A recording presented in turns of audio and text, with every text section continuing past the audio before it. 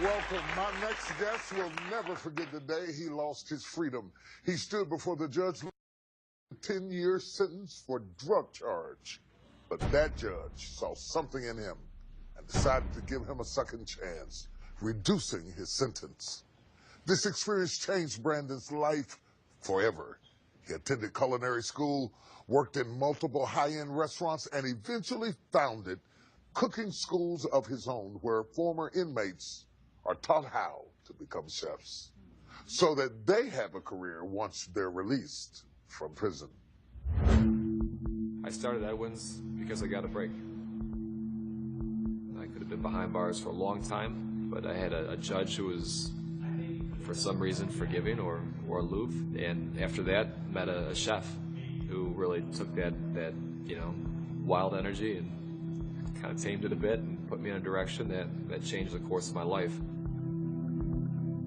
The mission of Edwin's is to help men and women who are returning home from prison find not only themselves, but a skill in culinary arts and hospitality, and develop their skills as a leader.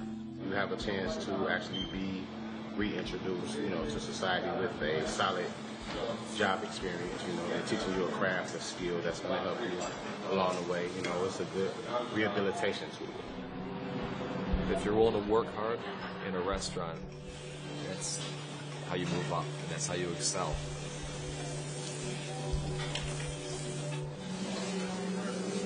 Just being able to walk out those doors and come out here and you ask the guests did they enjoy their meal, and they say, yeah, I had scallops, it was great. And it's like, well, I prepared those, like that's the best feeling ever.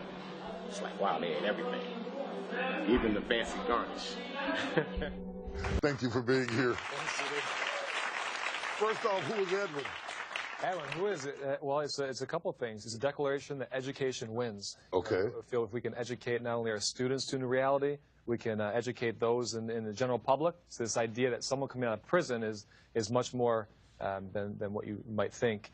And also looking inside of prisons and showing that there's more than a number behind that shirt. What made you get into the restaurant business? What drove you in that direction? I caught a good break. I mean, that was really it. I caught a break from a judge, and then I was, had this wild. Yeah, but you could have been a plumber, a janitor, or something like that. What about restaurants? Actually, I was a couple of those things. I mean, I was working as a florist. I worked in a bowling alley and a grocery market. But one day it led me to this restaurant downtown Detroit, and the chef took me under his wing, and that was it. That's all I needed to know where I wanted to be and where I felt I should. Explain how hard it is for people who have been incarcerated to get a job, to get a second chance. If you are good at what you do, if you perform at a high level, it's not hard to get a job. However, if you don't feel good about yourself, if you don't have a skill that's marketable, it's damn near impossible. I get it. Yeah. When you decided to open up a restaurant, you didn't just open up a restaurant. I mean, you're not just serving potato salad and fried chicken. You really went into high-end cuisine. Yeah, we went right to the top. So the thought process, one, the French cuisine is all that I know. The fundamentals lie in this French cuisine.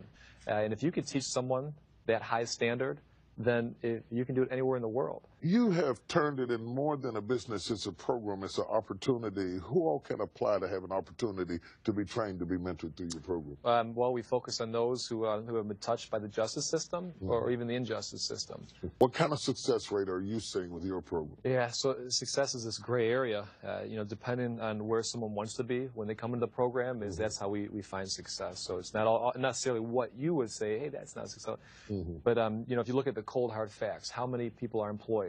We've got over 95% of our graduates working in restaurants. We have. That's pretty good. That's pretty good. It gets better. There are between 40 and 50 restaurants in the local area waiting to hire a graduate. Wow. And to kick, to put the point home, of our 150 graduates in this almost 3 years, we've had 2 return to prison. Which, if you look at our nation average, from almost 50% returning, you're right. We're at 1.5%. That's amazing. It doesn't get any better than that.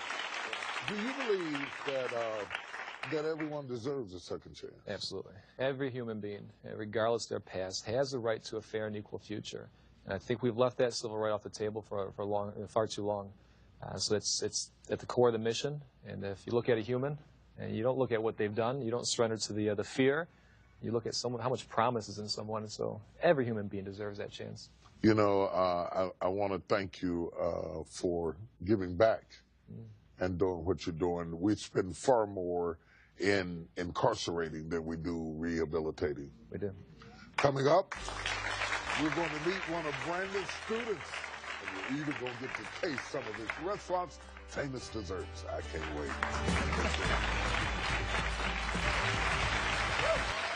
Joining us today is one of Brandon's students from Edwards Restaurant and Institute. She's been enrolled in the culinary school for the past 4 months and will graduate December 2016. Help me welcome Latina. First of all, congratulations. Thank you. This is an exciting time. How did you get involved with the program? A friend of mine, Linda Stewart, she works in nonprofit organizations, and she informed me of the program. Oh, wow. What are your duties in the restaurant? Right now, I'm a server, so I just wait tables and learn the front of the house. I've done the back of the house with all the cooking, so now it's just the front of the house and not the door. Wow, wow. Brandon, I heard a rumor that you brought some desserts here with us, and Your nose isn't lying. amen. Let's do it. Let's do it.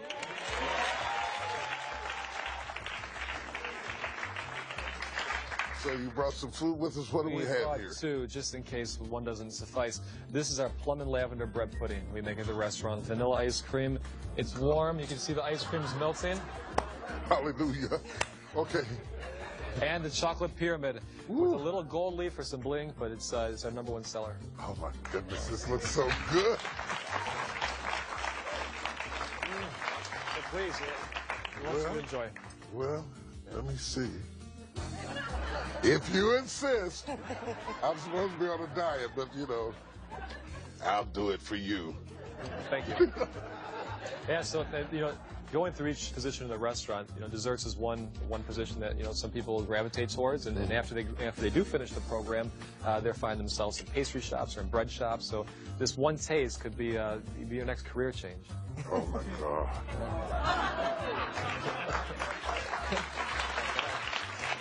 Hey, keep talking, man. Keep talking. I'm busy. Just say something. You got it. You got it. So yeah, at the restaurant, I mean, we have.